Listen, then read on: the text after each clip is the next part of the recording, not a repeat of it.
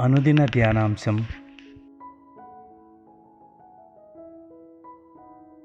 పునరుద్ధరింపబడిన ఆనందం. ఆనందం అనేది దేవుని నుండి వచ్చిన బహుమతి. తరచుగా పరీక్షలు, బాధలు మరియు కష్టాల ద్వారా పరీక్షింపబడుతుంది. అయినప్పటికీ దేవుని దయ ద్వారా ఆనందం పునరుద్ధరింపబడుతుంది. తరచుగా మునుపటి కంటే లోతుగా మరియు గొప్పగా ఉంటుంది. యోబు కథ మరియు శిష్యుల సంతోషకరమైన పునరాగమనం రెండూ మనకు ఆనందం అనే ప్రాపంచిక విజయం లేదా ఓదార్పు నుండి కాదు, కానీ మన జీవితంలో దేవుని ఉనికి మరియు పని గురించి లోతైన అవగాహన నుండి వస్తుంది. దేవుడు యోబు ఆస్తిని, సంపదను, పిల్లలను పునరుద్ధరించాడు. దేవుని పునరుద్ధరణ మనకు నిరీక్షణను అందిస్తుంది, హామీని కాదు. వినయం మరియు నమ్మకం ద్వారా పునరుద్ధరణ. దేవునికి యోబు ఇచ్చిన చివరి ప్రతిస్పందనలో అపారమైన బాధలను సహించిన వ్యక్తిని మనం చూస్తాం. అయినప్పటికీ అతని విశ్వాసం పునరుద్ధరింపబడింది. దేవుని జ్ఞానాన్ని, శక్తిని యోబు వినయంగా అంగీకరిస్తున్నాడు. నీవు సమస్తమును చేయగలవని నాకు తెలుసు, నీ ఉద్దేశం ఏది వ్యతిరేకింపబడదు అని అంటాడు. అతను తన అవగాహనకు మించిన విషయాల గురించి మాట్లాడడని అతను ఒప్పుకున్నాడు. యోబు యొక్క సంతోషం తన బాధను వివరించినందువల్ల కాదు, కానీ దేవుణ్ణి లోతుగా ఎదుర్కొన్నందున తిరిగి పొందబడింది. అతని ఆనందం పునరుద్ధరింపబడిన నమ్మకం మరియు దేవుని చిత్తానికి లొంగిపోవడం నుండి ప్రవహిస్తుంది. మనం అతని మార్గాలను అర్థం చేసుకోనప్పటికీ మన నియంత్రణ, అవసరాన్ని అప్పగించి దేవుణ్ణి విశ్వసించినప్పుడు నిజమైన ఆనందం పునరుద్ధరింపబడుతుంది. యోబు మనకు అన్ని సమాధానాలను కలిగి ఉండడంలో ఆనందం కనుగొనబడిందని, దేవుని జ్ఞానం మనకంటే గొప్పదని విశ్వసించడంలో కనుగొనబడుతుంది.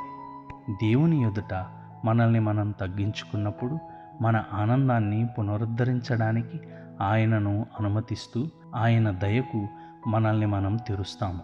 ప్రేషిత కార్యము మరియు సేవలో ఆనందం. సువార్తలో 72 శిష్యులు సంతోషంతో నిండిన యేసు వద్దకు తిరిగి వస్తారు. దయ్యాలు కూడా ఆయన నామంలో తమకు లొంగిపోతాయని ఆక్రోశించారు. వారు తమ ప్రేషిత కార్యం యొక్క విజయంలో సంతోషిస్తున్నారు, కానీ వారి నిజమైన ఆనందం ఆత్మలపై వారికి అధికారంలో ఉండకూడదని, కానీ వారి పేర్లు స్వర్గంలో వ్రాయబడ్డాయని యేసు వారికి గుర్తు చేస్తున్నాడు. వారు సాధించిన ప్రేషిత కార్యం మరియు పనులు ఆనందాన్ని అందించినప్పటికీ వారి లోతైన ఆనందం దేవుని శాశ్వతమైన ప్రణాళికలో భాగం కావడం మరియు ఆయన రాజ్యంలో భాగస్వామ్యం పొందడం వల్ల వస్తుంది. నిజమైన మరియు శాశ్వతమైన ఆనందం మనము దేవునికి చెందిన వారమని మరియు అతని రాజ్యంలో స్థానం ఉందని తెలుసుకోవడం ద్వారా వస్తుంది. శిష్యులుగా మనం దేవుని పనిలో పాలు పంచుకోవడానికి పిలువబడ్డాము. అయితే మన లోతైన ఆనందం మనం చూసే ఫలితాలలో కాదు, దేవునితో మనకున్న సంబంధంలో మరియు ఆయనపై మనకున్న శాశ్వతమైన నిరీక్షణలో ఉందని గుర్తుంచుకోవాలి. దేవునితో ద్యోతకం మరియు పంచుకోవడంలో ఆనందం.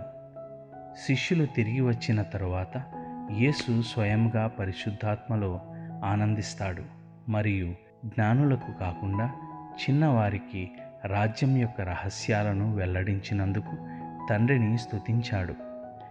యేసు ఆనందం తండ్రి యొక్క దయగల ద్యోతకంలో పాతుకుపోయింది మరియు దేవుని సందేశాన్ని వినయంగా స్వీకరించే వారితో ఆయన పంచుకోవడంలో ఉంది. దేవుని కుటుంబంలో భాగం కావడం, ఆయన ప్రేమను అనుభవించడం మరియు ద్యోతకం బహుమతి ద్వారా మన జీవితాల కోసం ఆయన ప్రణాళికను అర్థం చేసుకోవడం ఆనందానికి లోతైన మూలమని ఈ ప్రకరణం చూపిస్తుంది. మనం దేవునితో సహవాసంలో జీవించినప్పుడు మన ఆనందం పునరుద్ధరింపబడుతుంది. ఆయన తన ప్రేమను మరియు ఆయన రాజ్యాన్ని మనతో పంచుకోవాలని కోరుకుంటున్నాడని గుర్తించాలి. ఈ ఆనందం తాత్కాలికమైనది కాదు, శాశ్వతమైనది. సజీవుడైన దేవునితో మనకున్న సంబంధంలో పాతుకుపోయింది.